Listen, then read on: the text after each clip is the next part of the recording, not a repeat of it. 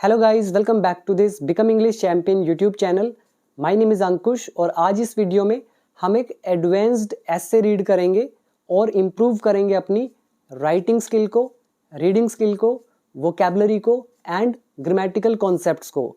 और वीडियो पसंद आए तो कमेंट जरूर कीजिएगा और जो भी इस चैनल पर न्यू है तो वो इसे सब्सक्राइब करें, मेरी सभी प्रीवियस वीडियोज़ को भी वॉच करें। आपको काफ़ी हेल्प मिलेगी आपकी इंग्लिश को इम्प्रूव करने में। तो शुरू करते हैं आज की वीडियो। तो सबसे पहले देखो, हम आइल्स का एसे राइटिंग का टॉपिक करेंगे। काफ़ी दिन हो गए हमने ये टॉपिक नहीं किए हैं, जो कि इंग्लिश स्पीकिंग और राइटिंग के लिए बड़े इंपॉर्टेंट होते हैं। आप कोई भी कॉम्पिटिटिव एग्जाम देना, वहाँ पे डिस्क्रिप्टिव राइटिंग आपसे करवाई जाती है, जहाँ पे आपको 400 से 600 वर्ड का एक एसे लिखना पड़ता है। तो ये आपकी हेल्प करेगा वहाँ पे, ठीक है। तो लिखते कैसे ऐसे वो मैं ऑलरेडी आपको सिखा चुका हूँ। अगर आपको नहीं पता तो मेरा कंप्लीट इंग्लिश का कोर्स है बेसिक टू एडवांस्ड लेवल तक, जिसमें 500 से ज़्यादा वीडियोस हैं।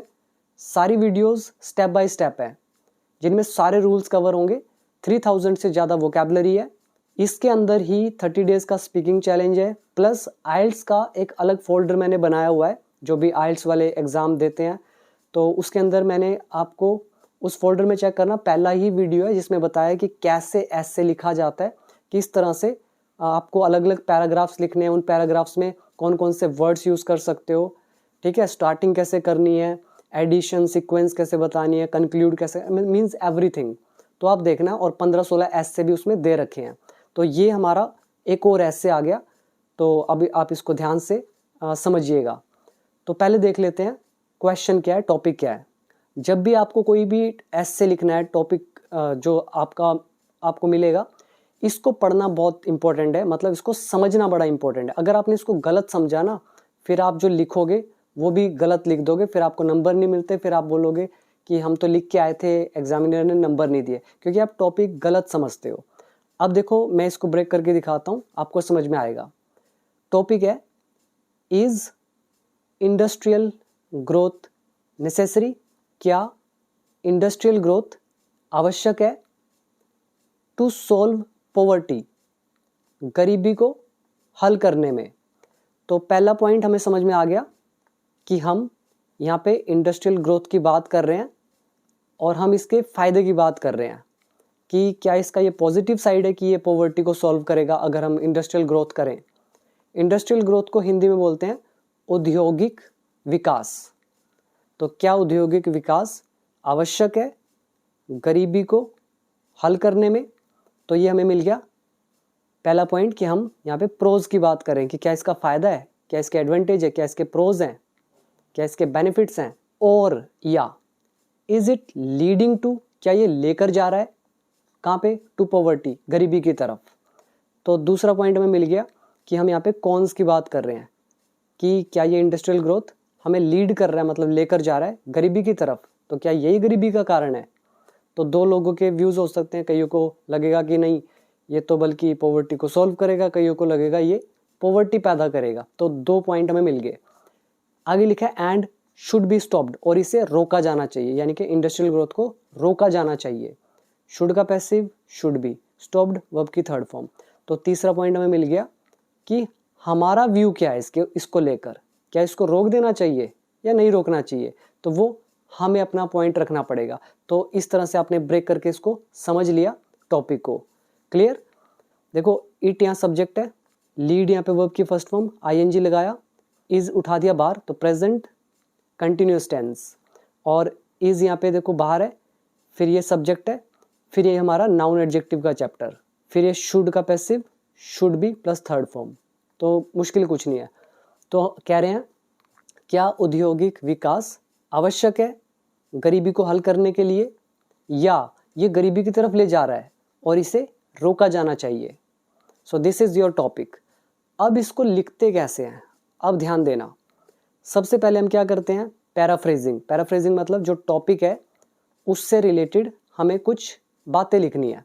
अब हमारा टॉपिक मेन किससे है, इंडस्ट्रियल ग्रोथ से। तो हम एक लाइन लिखेंगे इंडस्ट्रियल ग्रोथ से जुड़ी हुई। तो हमने यहाँ से यहाँ तक एक लाइन लिखी, अभी पढ़ते हैं। फिर आगे आप क्या कर सकते हो, आप 2 पक्ष दिखा सकते हो कि वाइल क्या बताता है, जबकि, मतलब 2 अलग अलग व्यू दिखाता है कि एक तरफ ऐसा है दूसरी तरफ ऐसा है। तो वाइल के बाद एक सेंटेंस लिखा जाता है, फिर कोमा डालते हैं, फिर एक और सेंटेंस लिखते हैं। तो हमने बता दिया एक तरफ ऐसा है और फिर दूसरी तरफ ऐसा है। उसके बाद फिर हम ये लिखते हैं कि हम इस एसे में क्या बताने वाले हैं, मतलब अपना व्यू पॉइंट हम लिखेंगे।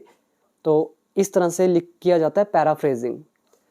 अब देखो क्या लिखा है, industrial growth has long been associated. जो ये इंडस्ट्रियल ग्रोथ है ये लंबे समय से जुड़ी हुई है या उससे संबंधित है। एसोसिएटेड मतलब होता है संबंधित होना, जुड़े हुए होना। यहाँ पे हमने लगाया हैज़ लॉन्ग बीन, ये टाइम इन टेंस का concept. This is subject, associated काम करेगा एडजेक्टिव का, तो ये टाइम इन टेंस का कॉन्सेप्ट। तो इंडस्ट्रियल ग्रोथ लंबे समय से जुड़ी हुई है, संबंधित है किससे, विद इकोनॉमिक डेवलपमेंट, आर्थिक विकास से। जहाँ भी इकोनॉमिक आ गया वो पैसे से रिलेटेड होता है, ठीक है। डेवलपमेंट इज विकास। और किससे जुड़ी हुई है, एंड नेशनल प्रोग्रेस, और राष्ट्रीय उन्नति से। तो ये है पहला सेंटेंस। क्लियर। तो सीधी सी बात है, अगर इंडस्ट्रियल ग्रोथ होगी, औद्योगिक विकास होगा, तो इकोनॉमिक डेवलपमेंट भी होगी और राष्ट्र की उन्नति भी होगी, नेशनल प्रोग्रेस भी होगी। तो ये हो गया पहला लाइन रिलेटेड टू टॉपिक। अब हम दो पक्ष देखेंगे। अब हम कह रहे हैं वाइल, यद्यपि या जबकि। जबकि सम आर्ग्यू, कुछ तर्क देते हैं, कुछ बहस करते हैं। सम सब्जेक्ट है, आर्ग्यू वर्ब की first form, present indefinite tense. Argue मतलब बहस करना, तर्क देना। जबकि कुछ तर्क देते हैं दैट की, क्या तर्क देते हैं, एक्सपेंडिंग इंडस्ट्रीज क्रिएट जॉब्स। ये जो औद्योगिक है, उद्योग हैं जितने भी, ठीक है, इनको एक्सपेंड करना मतलब उद्योगों का विस्तार करना, क्रिएट करता है जॉब्स, मतलब जॉब्स पैदा करता है, इंडस्ट्रीज को एक्सपेंड करना। टेंस है प्रेजेंट इंडेफिनिट। तो एक तो जॉब क्रिएट करता है, एंड और रेज और उठाता है, किसको, लिविंग स्टैंडर्ड को, मतलब रहने का जो तरीका है उसको उठाता है। तो ये कुछ लोगों का मानना है, कुछ लोग ये तर्क देते हैं। फिर कॉमा डाल के हम बता रहे हैं अदर्स बिलीव, और दूसरों का मानना या दूसरे मानते हैं। अदर्स सब्जेक्ट है, बिलीव वर्ब की first form, again present indefinite tense. आप ऐसा भी लिख सकते थे वाइल की जगह, ऑन वन हैंड, एक तरफ ऐसा, ऑन द अदर हैंड, दूसरी तरफ ऐसा करके। बट अभी सिंपल है, अदर बिलीव और दूसरे मानते हैं कि, ठीक है, दैट क्या मानते हैं, इंडस्ट्रियलाइजेशन, ये जो उद्योगीकरण है, इंक्रीजेज ये बढ़ाता है। ये हमारा सब्जेक्ट है, इंक्रीज वर्ब की फर्स्ट फॉर्म, साथ में लगा दिया एस, तो प्रेजेंट इंडेफिनिट टेंस। तो दूसरे विश्वास करते हैं कि ये जो उद्योगीकरण है ये इंक्रीज करता है, बढ़ाता है, किसको, इन इक्वालिटी को, असमानता को। मतलब एक बहुत गरीब हो गया, एक बहुत अमीर हो गया, तो ये असमानता, तो इनइक्वालिटी, तो इसको बढ़ाता है। एंड और इन्वायरमेंटल डिग्रेडेशन, अपग्रेडेशन जानते हो, उठाना, डिग्रेडेशन घटाना, और एनवायरमेंटल आ रहा है यानी कि पर्यावरण संबंधी जो डाउनग्रेड करना होता है, तो उसको बोलते हैं। तो ये एनवायरमेंट को मतलब एक तरह से नुकसान पहुंचा रहा है, ठीक है। फिर हम रिजल्ट बता रहे हैं देयर बाय लिख के। देयर बाय का मतलब होता है as a result. As a result, अब ये जितनी हमने बात करी इससे हो क्या रहा है, देयर बाय वर्सनिंग पॉवर्टी, ये गरीबी को और खराब कर रहा है। वर्स एक वर्ब होती है जिसका मतलब है खराब करना, बैड, वर्स, वर्स्ट। तो बैड इज बुरा, वर्स मतलब और ज़्यादा बुरा, तो वर्स मतलब और ज़्यादा बेकार बनाना, पॉवर्टी। तो देयर बाय या as a result worsening poverty, ये गरीबी को और भी ज़्यादा बेकार कर रहा है। तो देयर बाय का हमारा एक कंप्लीट चैप्टर ये कोर्स के अंदर, वीडियो नंबर मुझे याद नहीं है, आप सीक्वेंस में देखते चले जाएंगे तो ये टॉपिक भी आ जाएगा। तो कैसे ये आईएनजी लगा के रूल लगता है। तो ये हो गया हमारा पैराफ्रेजिंग। अब हमने बता दिया टॉपिक रिलेटेड लाइन, दो लोगों की अलग अलग बातें। अब मैं अपना पक्ष रखूंगा, तो मैं कह रहा हूँ दिस एसे विल एग्जामिन, ये एसे जांच करेगा, जांचेगा, किसको, बोथ पर्सपेक्टिव्स, दोनों नजरियों को, दोनों दृष्टिकोणों को, बिफोर कंक्लूडिंग, निष्कर्ष पर पहुंचने से पहले। और कौन सा निष्कर्ष, दैट की इंडस्ट्रियल ग्रोथ, ये जो औद्योगिक विकास है, इज असेंशियल, ये आवश्यक है, फॉर पॉवर्टी रिडक्शन, गरीबी को कम करने के लिए। इफ मैनेज्ड रिस्पॉन्सिबली, अगर मैनेज किया जाए जिम्मेदारी के साथ। तो अब मैंने इस टॉपिक में पक्ष लिया है इसका कि भाई इंडस्ट्रियल ग्रोथ होनी चाहिए, और वो मेरे दिखाने के लिए कि भाई मैंने पक्ष लिया है, मैंने ये लाइन कही, ठीक है, कि हम सबसे पहले तो दोनों पर्सपेक्टिव एग्जामिन करेंगे, जांचेंगे कि क्या प्रोज है क्या कॉन्स है। कंक्लूड करने से पहले, क्या कंक्लूड करने से पहले कि ये जो इंडस्ट्रियल ग्रोथ है ना, अगर इसको मैनेज किया जाए रिस्पॉन्सिबली तो ये असेंशियल होती है, अति आवश्यक होती है पॉवर्टी रिडक्शन के लिए। तो ये होता है पैराफ्रेजिंग करना। अभी आप पहले वर्ड मीनिंग याद करो। इंडस्ट्रियल ग्रोथ, औद्योगिक विकास, एसोसिएटेड विद, संबंधित होना, जुड़े हुए होना। प्रोग्रेस इज उन्नति, एक्सपैंड करना, विस्तृत करना, विस्तार करना। इंडस्ट्रियलाइजेशन, उद्योगीकरण। इनइक्वालिटी, असमानता। डिग्रेडेशन यानी कि घटाना किसी चीज को। वर्सन, किसी को खराब करना। पर्सपेक्टिव्स, नजरिया। एग्जामिन, जांच करना। कंक्लूड, निष्कर्ष निकालना। असेंशियल, अति आवश्यक।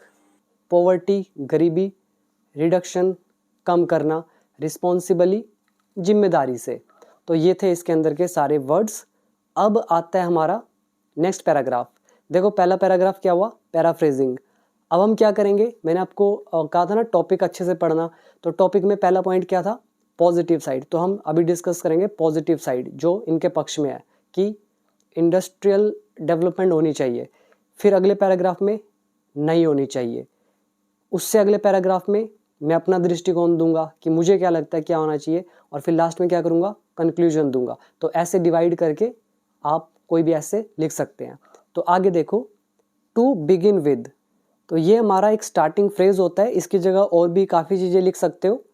तो इसके लिए आप आइल्स वाले फोल्डर का वीडियो नंबर 1 वॉच करना, सब कुछ समझ में आएगा कि कौन कौन से और भी वर्ड होते हैं। तो टू बिगिन विद शुरुआत करते हैं।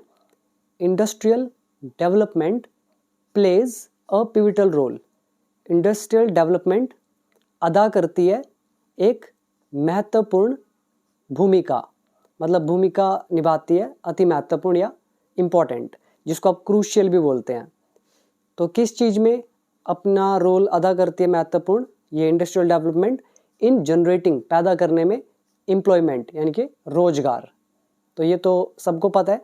तो ये हमने क्या किया, इसका प्रोज बता दिया, प्रोज एंड कॉन्स, इसके फायदा, इसका बेनिफिट बता दिया। तो अभी हम जो इस पैराग्राफ में लिखेंगे वो इसके बेनिफिट से रिलेटेड लिखेंगे।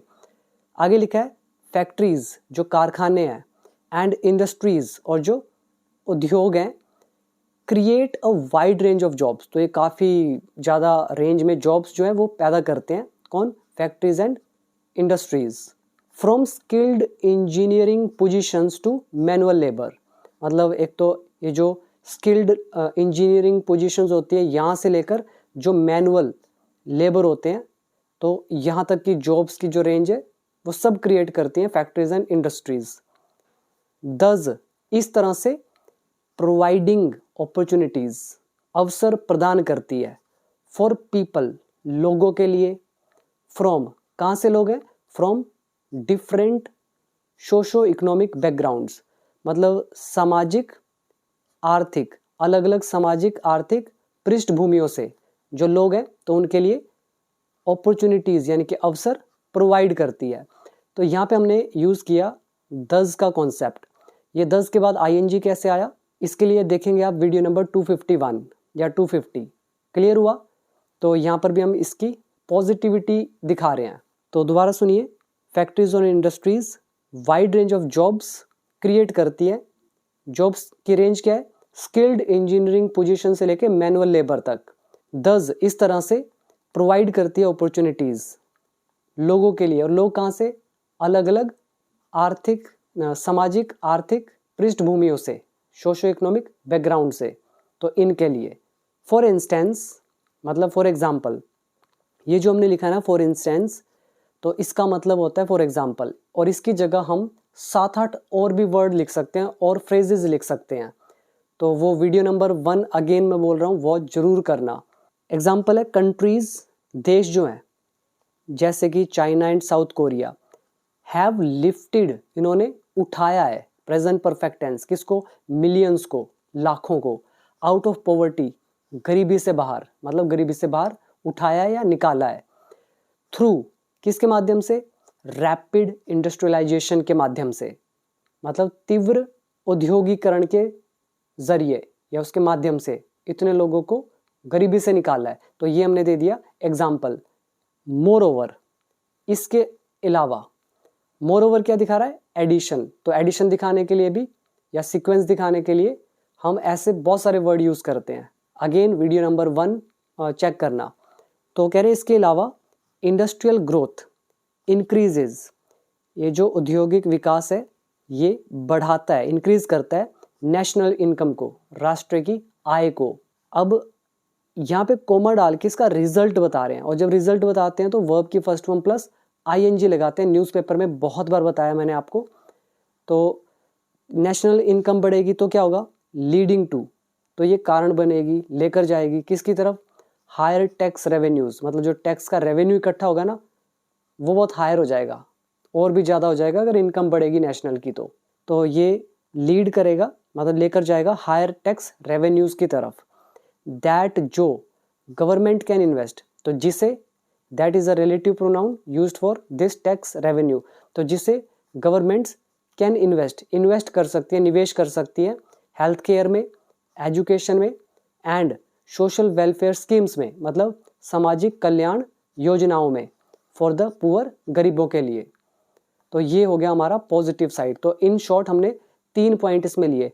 पहला हमने कहा जनरेट एम्प्लॉयमेंट, रोजगार पैदा करेगी, पहला पॉइंट। तो ये हमारा दूसरा पॉइंट हो गया, अपॉर्चुनिटीज मिलेंगी, ठीक है, अलग अलग लोगों को। फिर हमने तीसरा पॉइंट दे दिया कि नेशनल इनकम जो है ना ये भी बढ़ेगी, जिससे टैक्स ज़्यादा आएगा, जिसको गवर्नमेंट इन्वेस्ट कर सकती है health care, education, social welfare schemes में गरीबों के लिए। तो 3 पॉइंट हो गए। तो मैक्सिमम आप 3 या 4 पॉइंट ही उसमें यूज़ करें तो अच्छा रहेगा, और बाकी आपकी मर्जी, according to the length of the essay you can decide, ठीक है। तो अभी देखो word meaning. To begin with, शुरुआत करते हैं। पिविटल यानी कि क्रूशियल, महत्वपूर्ण, असेंशियल, अति जरूरी। देन बैकग्राउंड, ये तो सिंपल ही है। लिफ्ट, उठाना। आउट ऑफ पॉवर्टी, गरीबी से बाहर। रैपिड इज तीव्र, इंडस्ट्रियलाइजेशन इज औद्योगिकरण। मोर ओवर, इसके अतिरिक्त यानी कि एडिशन को बता रहा है। रेवेन्यू क्या होता है? रेवेन्यू का मतलब है जितना भी पैसा आया, यहाँ से आया, यहाँ से जो भी आया टोटल करेंगे वो गया रेवेन्यू। अगर इसमें से खर्चे निकाल दिए जाएं, आया तो इतना लेकिन इसमें से खर्चे अगर निकाल दिए जाएं, जो बच गया उसको बोलते हैं इनकम, ठीक है, मतलब प्रॉफिट। इनकम तो नहीं कहेंगे, प्रॉफिट कहेंगे। तो इसके अंदर यही है। अब हम बढ़ते हैं नेक्स्ट पैराग्राफ की तरफ। हाउएवर, हालांकि। अब ये जो हाउएवर है ये कॉन्ट्रास्ट दिखा रहा है। ऊपर पॉजिटिविटी की बात, अब हम करेंगे नेगेटिविटी की बात, दूसरे पक्ष की बात। तो कह रहे हैं हालांकि the other side of the argument, जो बहस की या तर्क की जो दूसरी साइड है यानी कि दूसरा पक्ष, सजेस्ट, तो ये सुझाव देता है। सजेस्ट के साथ एस लगा, ये वर्ब की first form, yes, present indefinite tense. तो ये सुझाव देता है दैट की इंडस्ट्रियल ग्रोथ ऑफन बेनिफिट्स, ये जो औद्योगिक विकास है ये अक्सर फायदा देता है। बेनिफिट वर्ब की फर्स्ट फॉर्म है, एस लगा दिया, प्रेजेंट इंडेफिनिट। किसको फायदा देता है? A small section of the society, समाज का एक छोटा सा वर्ग है उसको फायदा देता है। वाइल मार्जिनलाइजिंग द पुअर, ये हमारा वाइल का कॉन्सेप्ट। वाइल के साथ वर्ब लगी तो हमने लगा दिया आईएनजी, मतलब कुछ करते हुए, दो काम साइमल्टेनियसली होना। मार्जिनलाइज की हिंदी होती है, तो अगर न्यूज़पेपर की वीडियो मेरी देखते हो तो उसमें बहुत बार आता है ये वर्ड। इसका मतलब होता है वंचित रखना, जो मुख्य धारा होती है समाज की उससे वंचित रखना, अलग रखना, अनइम्पोर्टेंट समझना, उनको टोटली डिस्कार्ड कर देना। तो कुछ ही वर्ग जो है उनको फ़ायदा ये पहुँचाता है, जो पुअर है इनको मार्जिनलाइज करते हुए, मतलब हटाते हुए, अनइम्पोर्टेंट समझते हुए, एक तरफ रखते हुए, वंचित करते हुए, डिप्राइव करते हुए। क्लियर? अब देखो आगे, द एक्सपेंशन ऑफ इंडस्ट्रीज, जो उद्योग हैं इनका एक्सपेंशन यानी कि इनका विस्तार, इनका बढ़ना, इनका फैलना, कैन रिजल्ट इन, तो उसका परिणाम हो सकता है। तो अगर ये इंडस्ट्रीज फैलेंगी तो इसका परिणाम क्या हो सकता है? तो रिजल्ट इन लगाकर हम बताते हैं, ठीक है। जैसे अगर बारिश नहीं होगी तो क्या होगा उसका रिजल्ट? क्रॉप फेलियर, मतलब फसल ही पैदा नहीं होगी, ठीक है। तो less rainfall can result in crop failure, ऐसे यहाँ पे लिखा है कि एक्सपेंशन ऑफ इंडस्ट्रीज है, तो इसका रिजल्ट क्या होगा, डिस्प्लेसमेंट ऑफ लोकल कम्युनिटीज, जो स्थानीय समुदाय हैं तो उनका डिस्प्लेसमेंट होगा, यानी कि उनका विस्थापन होगा। डिस्प्लेसमेंट क्या होता है, एक जगह से दूसरी जगह ये ऐसे चले जाते हैं, मतलब वहाँ से हट जाते हैं, तो ये डिस्प्लेसमेंट होगा। और क्या होगा, एक्सप्लॉयटेशन ऑफ चीप लेबर, जो सस्ते श्रमिक हैं जो कम पैसों में भी काम करने को तैयार हो जाते हैं, तो उनका शोषण होगा, क्योंकि इंडस्ट्रीज उनका फिर फ़ायदा उठाएंगी कि हमें तो ज़्यादा मुनाफा कमाना है, तो सस्ते सस्ते में नौकरी पे रखते हैं, तो ये जो चीप लेबर है इनका शोषण होगा, इनका फ़ायदा उठाया जाएगा। एंड और क्या होगा, वाइडनिंग ऑफ द गैप, ये जो गैप है ना वो और चौड़ा हो जाएगा, ठीक है, बिटवीन किसके बीच, रिच एंड द पुअर, अमीर और गरीब के बीच। तो ये हमने दे दिया दूसरा पॉइंट। आगे लिखा है इन सम डेवलपिंग नेशंस, कह रहे कुछ विकासशील देशों में, मतलब जो अभी डेवलप हो रहे हैं ऐसे देशों में, राष्ट्रों में, इंडस्ट्रियल एक्टिविटीज़, जो ये औद्योगिक जो गतिविधियां हैं, एक्टिविटीज़ जो हैं औद्योगिक, have led to environmental damage, तो इन्होंने पैदा किया है पर्यावरण जो क्षति है उसको। ये हमारा लीड टू का लेसन है, लीड टू का हो गया, लेड टू टेंस है प्रेजेंट परफेक्ट, तो लीड टू इस कारण बनना या पैदा करना। तो कह रहे हैं कुछ डेवलपिंग नेशंस में ये जो इंडस्ट्रियल एक्टिविटीज़ है तो ये कारण बनी है एनवायरमेंटल डैमेज का, तो इन्होंने एनवायरमेंटल यानी कि पर्यावरण जो हानि है वो पहुंचाई है। विच अफेक्ट्स, जो प्रभावित करती है, विच इज रिलेटिव प्रोनाउन, ये सब्जेक्ट का भी काम कर रहा है। अफेक्ट वर्ब की फर्स्ट फॉर्म हमने लगा दिया एज प्रेजेंट इंडेफिनिट, तो कह रही है जो अफेक्ट करती है द पुअर, गरीबों को, डिसप्रोपोर्शनेटली, काफी अच्छा वर्ड है ये, आप याद करेंगे, डिसप्रोपोर्शनेटली, इसका मतलब होता है जिसको आप अनुपात बोलते हैं, मतलब रेशो, मतलब रेशो में बहुत बड़ा अंतर होता है, या तो बहुत ज़्यादा ही होगा या बहुत ज़्यादा कम होगा, तो इसको हम बोलते हैं डिसप्रोपोर्शनेटली, ठीक है, अनुपातहीन रूप से, ऐसा आप बोल सकते हो, या बेढंग तरीके से। तो आप याद रख सकते हो रेशो से, मान लो एक को फ़ायदा पहुंच रहा है सिर्फ एक पार्ट का और दूसरों को 20 पार्ट का फ़ायदा, तो एक कितना बड़ा मार्जिन है, ठीक है, तो इसको बोलते हैं डिसप्रोपोर्शनेटली, अनुपातहीन रूप से, मतलब या तो बहुत ही कम गैप होगा या बहुत ही ज़्यादा गैप होगा। तो ये हो गया पूरा सेंटेंस। अब दोबारा सुनिए, कह रहे हैं कुछ डेवलपिंग नेशंस में इंडस्ट्रियल एक्टिविटीज़ जो हैं इन्होंने इन्वायरमेंट को डैमेज किया है, मतलब इन्वायरमेंटल डैमेज पहुंचाया है, जो अफेक्ट करते हैं पुअर को बहुत बुरे तरीके से।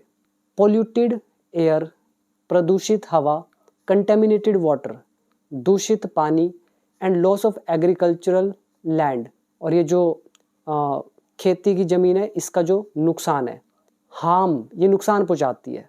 ये सारा जो भी हमने पढ़ा, polluted air, contaminated water, loss of agriculture land, ये सब सब्जेक्ट है।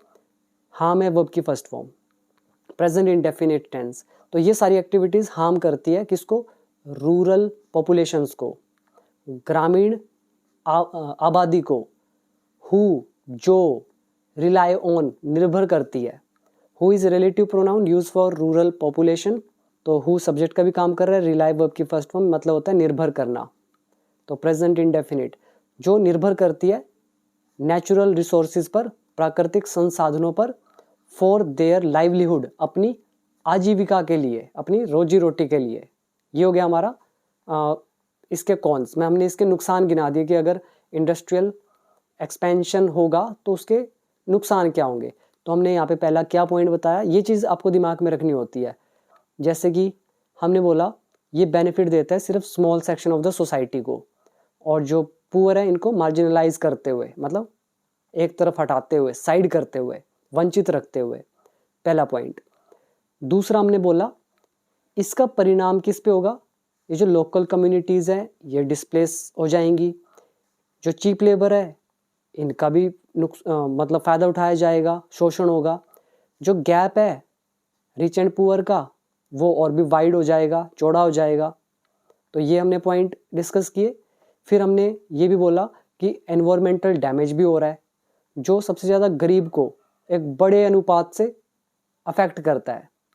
हमने बता दिया जैसे प्रदूषित हवा, हवा जो है प्रदूषित हो जाएगी, पानी कंटेमिनेटेड, और ये जो लॉस ऑफ एग्रीकल्चरल लैंड है, तो ये नुकसान पहुंचाएंगे ये सारी चीज़ें। किसको? ग्रामीण आबादी को, क्योंकि ये रिलाय करते हैं नेचुरल रिसोर्सेज पे अपने आजीविका के लिए। तो ये सारे पॉइंट हमने यहाँ कवर किए। अब इसमें मैं अपना पक्ष रखूँगा कि मुझे क्या लगता है। तो मैं कह रहा हूँ डिस्पाइट दीज ड्रॉबैक्स, इन कमियों के बावजूद, ड्रॉबैक्स होते हैं कमियाँ, लूप होल्स, डिस्पाइट इसके बावजूद प्रेपोजिशन है, तो कमियों के बावजूद in it is not industrial growth itself, कह रहे हैं कि ये जो इंडस्ट्रियल ग्रोथ है ना, ये स्वयं ये मतलब खुद ही नहीं है जो मतलब ऐसा कर रही है, इसलिए लिखा है it is not industrial growth itself, ये इंडस्ट्रियल ग्रोथ खुद ही नहीं है, बट द वे, लेकिन वो तरीका है। कौन सा तरीका? जिस तरह से इट इज़ इम्प्लीमेंटेड, इसको यूज़ किया जा रहा है, ठीक है। तो इंडस्ट्रियल ग्रोथ कह रहे हैं वो खुद, उसमें कोई नुकसान नहीं है, लेकिन वो तरीका जिस तरह से इसे इम्प्लीमेंट किया जाता है, तो वो डिटरमाइन करता है, निर्धारित करता है। ये हो गया एस, प्रेजेंट इंडेफिनिट, वर्ब की फर्स्ट फॉर्म है। और यहाँ से लेकर ना, यहाँ इट से लेकर यहाँ तक, ये सारा का सारा एक सब्जेक्ट का काम करेगा। और ये जो सब्जेक्ट है ना, इसके अंदर देखो बट लगाकर एक सेंटेंस जोड़ा हुआ है। अब यहाँ इट ऑब्जेक्ट है, इज लगा हुआ है, इम्प्लीमेंटेड वर्ब की third form present indefinite passive voice. तो प्रेजेंट इंडेफिनिट के सब्जेक्ट के अंदर एक और प्रेजेंट इंडेफिनिट पैसिव वॉइस का, और साथ में it is not industrial growth itself, noun adjective का चैप्टर, दो मतलब रूल यूज हुए हैं सब्जेक्ट के अंदर। तो दोबारा सुनिए, डिस्पाइट दीज ड्रॉबैक्स, इन कमियों के बावजूद, ये इंडस्ट्रियल ग्रोथ खुद नहीं है, बल्कि जिस तरह से इसको इम्प्लीमेंट किया जाता है, तो वो डिटरमाइन करता है, वो निर्धारित करता है इसके इम्पैक्ट को, इसके प्रभाव को ऑन पॉवर्टी, गरीबी पर। तो सीधी सी बात है, इंडस्ट्रियल ग्रोथ तो अच्छी चीज़ है, लेकिन जिस तरीके से इंडस्ट्रियल ग्रोथ की जा रही है ना, तो वो डिटरमाइन करती है कि भी कितना प्रभाव पड़ेगा पॉवर्टी पर। यहाँ पे वर्ड देख सकते हो, इम्प्लीमेंट इज लागू करना, डिटरमाइन इज निर्धारित करना, इम्पैक्ट मतलब प्रभाव, ये नाउन है, पॉवर्टी इज गरीबी, इटसेल्फ मतलब स्वयं, खुद, ड्रॉबैक्स मतलब लूप होल, कमियाँ, डिस्पाइट इज के बावजूद। नेक्स्ट है सस्टेनेबल एंड इंक्लूसिव इंडस्ट्रियलाइजेशन। ये जो सस्टेनेबल मतलब टिकाऊ, और इंक्लूसिव मतलब समावेशी, जो सबको इंक्लूड करके चले, ये दोनों एडजेक्टिव है। तो ऐसी जो इंडस्ट्रियलाइजेशन है, मतलब ऐसा औद्योगिकीकरण जो है, तो कैन इंश्योर, ये सुनिश्चित कर सकता है, ठीक है। तो टिकाऊ और समावेशी औद्योगिकीकरण सुनिश्चित कर सकता है दैट की द बेनिफिट्स, जो फायदे हैं, रीच वो पहुँचे, कहाँ पर पहुँचे? ऑल सेक्शन ऑफ सोसाइटी, समाज के सभी वर्गों तक। फिर हमने बता दिया कि ये जो सस्टेनेबल एंड इंक्लूसिव इंडस्ट्रियलाइजेशन है, और इस इंडस्ट्रियलाइजेशन के बारे में एडिशनल इन्फॉर्मेशन दे रहे हैं। तुमने बोला वेयर, जहाँ, इंडस्ट्रीज फॉलो, तो ये कैसा इंडस्ट्रियलाइजेशन? जहाँ पे इंडस्ट्रीज, उद्योग जो है वो फॉलो करते हो एथिकल लेबर प्रैक्टिसेस को, मतलब जो भी एथिकल लेबर, जो भी प्रथाएं वगैरह हैं, ठीक है, शिष्टाचार से भरी हुई जो भी आप कहो नीति के अकॉर्डिंग, तो वो सब फॉलो करते हो, इन्वेस्ट करते हो लोकल डेवलपमेंट में, तो ऐसा इंडस्ट्रियलाइजेशन, ठीक है। पहला कि एथिकल लेबर प्रैक्टिसेस को फॉलो करती हो इंडस्ट्रीज, दूसरा इन्वेस्ट करती हो लोकल डेवलपमेंट में, एंड मिनिमाइज करती हो एनवायरमेंटल हार्म को, जो भी पर्यावरण का पर नुकसान हो रहा है उसको कम करती हो। तो ऐसा इंडस्ट्रियलाइजेशन मतलब ये सस्टेनेबल और इंक्लूसिव है, सबको इकट्ठा करके चल रहा है। तो ये इंश्योर कर सकता है, सुनिश्चित कर सकता है कि जो बेनिफिट्स हैं वो हर सेक्शन तक पहुंचे सोसाइटी के। For example, promoting small scale industries, तो कह रहे हैं प्रमोट करना स्मॉल स्केल की इंडस्ट्रीज को एंड इको फ्रेंडली टेक्नोलॉजीज को, तो इन दोनों को, ठीक है, इनको प्रमोट करना। कैन क्रिएट जॉब्स, तो ये जॉब्स पैदा कर सकता है।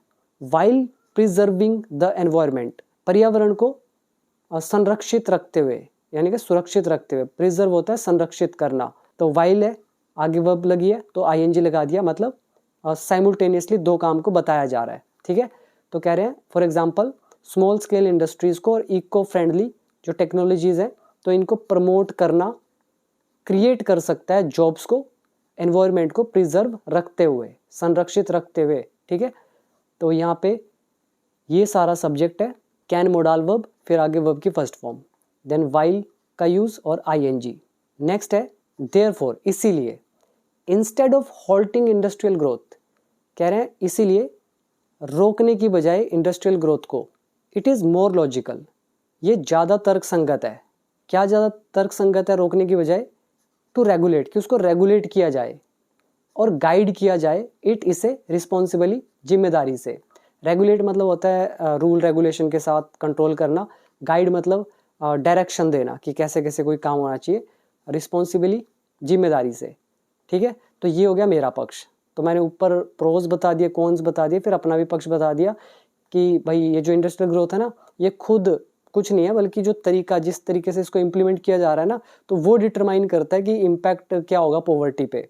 फिर हमने ये बोला कि जो सस्टेनेबल और इंक्लूसिव इंडस्ट्रियलाइजेशन है, जिसमें ये जो इंडस्ट्रीज है वो फॉलो करती हो एथिकल लेबर प्रैक्टिसेस को, लोकल डेवलपमेंट में इन्वेस्ट करती हो, एनवायरमेंटल हार्म को मिनिमाइज करती हो, तो ऐसा जो इंडस्ट्रियलाइजेशन है ना, तो वो सुनिश्चित कर सकता है कि ये जो बेनिफिट्स है वो पहुंचे सभी सेक्शंस पे सोसाइटी के।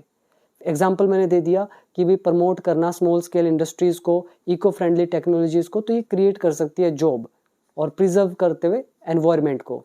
देयरफॉर, इसीलिए होल्ड करने की बजाय इंडस्ट्रियल ग्रोथ को, मतलब रोकने की बजाय इसको, ये ज़्यादा तर्क संगत है, मतलब एक लॉजिक बैठता है कि इसको रेगुलेट किया जाए, गाइड किया जाए रिस्पॉन्सिबली। तो ये मैंने अपना पक्ष रख दिया। ठीक है, अब आती है बात कंक्लूजन की। इन कंक्लूजन, अब यहाँ इन कंक्लूजन की जगह और भी 6-7 वर्ड और यूज किए जा सकते हैं to make your essay even more effective. तो कंक्लूजन है निष्कर्ष। इंडस्ट्रियल ग्रोथ कैन आइदर, कई लोग ईदर बोलते हैं बट मैं इसको हमेशा आइदर बोलता हूँ, आपको ईदर बोलना बोल सकते हो, तो I always pronounce it as either. Industrial growth can either alleviate, industrial growth जो है या तो उठा सकती है, कम कर सकती है, एलिविएट होता है कम करना, और या एग्रावेट, या उठा सकती है इसको, पॉवर्टी को, या तो गिरा सकती है या बढ़ा सकती है गरीबी को। ये जो इंडस्ट्रियल ग्रोथ है वो डिपेंडिंग ऑन, निर्भर करता है हाउ इट इज मैनेज्ड, कि इसको मैनेज कैसे किया जाता है। फिर आगे लिख रहे हैं वाइल, यद्यपि या जबकि, इट हैज द पोटेंशियल, कह रहे हैं जबकि इसमें पोटेंशियल है, इसमें क्षमता है क्रिएट करने की एम्प्लॉयमेंट को, ठीक है, रोजगार पैदा करने की इसमें क्षमता है, एंड ड्राइव इकोनॉमिक प्रोग्रेस, और जो आर्थिक उन्नति है उसको आगे ले जाने की क्षमता है इसमें।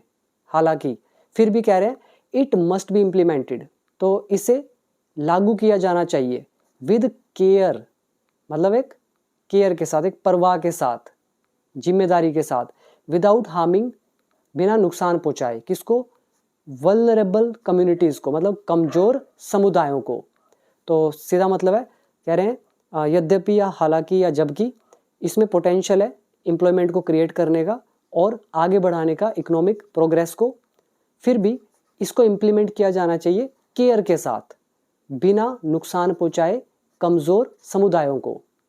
आगे लिखा है दस, तो इस तरह से, rather than stopping industrial development all together, all together होता है एक साथ, तो कह रहे हैं रादर देन स्टॉपिंग, रोकने की बजाय इंडस्ट्रियल डेवलपमेंट को एक साथ, गवर्नमेंट्स शुड फोकस, सरकार को फोकस करना चाहिए सस्टेनेबल पॉलिसीज पर, मतलब टिकाऊ नीतियों पर, दैट एंश्योर, जो सुनिश्चित करे, that is a relative pronoun used for policies, ensure verb की फर्स्ट फॉर्म है, दैट यहाँ सब्जेक्ट है, जो सुनिश्चित करे, क्या सुनिश्चित करे, मतलब क्या देखे, जो इंडस्ट्रियलाइजेशन है, सर्व मतलब ये काम करे एज अ पावरफुल टूल, एक पावरफुल टूल की तरह, फॉर पॉवर्टी इराडिकेशन, पॉवर्टी उन्मूलन के लिए या जड़ से खत्म करने के लिए। इराडिकेशन होता है उन्मूलन करना, अपरूट करना, जड़ से फेंक देना, जैसे प्रोस्टिट्यूशन इराडिकेशन, टेररिज्म इराडिकेशन। तो ये था हमारा ऐसे, यहाँ पे वर्ड याद करो अच्छे हैं, अलिविएट कम करना, अग्रावेट बढ़ा देना, डिपेंडिंग ऑन निर्भर करना, पोटेंशियल इज क्षमता, ड्राइव इज आगे बढ़ाना, इकोनॉमिक प्रोग्रेस आर्थिक उन्नति, इम्प्लीमेंट इज लागू करना, हार्म इज नुकसान पहुंचाना, वल्नरेबल इज कमजोर। ये हमारा रादर देन का लेसन, ऑल टुगेदर इज एक साथ, देन पॉलिसीज नीतियां, एंश्योर इज सुनिश्चित करना, और इराडिकेशन इज उन्मूलन करना, जड़ से खत्म करना। तो ये इस तरह से हम लिखते हैं एसेज को। अब आपने देख लिया किस तरह से एसे लिखा जाता है, मैंने एक एक चीज़ आपको एक्सप्लेन करी। तो ये थी वीडियो, और जिसको इंग्लिश सीखना है तो वो लोग ऐप डाउनलोड करें बिकम इंग्लिश चैम्पियन, और इंग्लिश सीखना शुरू करें। और ये सारी आइल्स की वीडियोस भी वॉच कीजिएगा, आपका राइटिंग पैटर्न अच्छा हो जाएगा। So thank you so much, अभी दीजिए इजाज़त।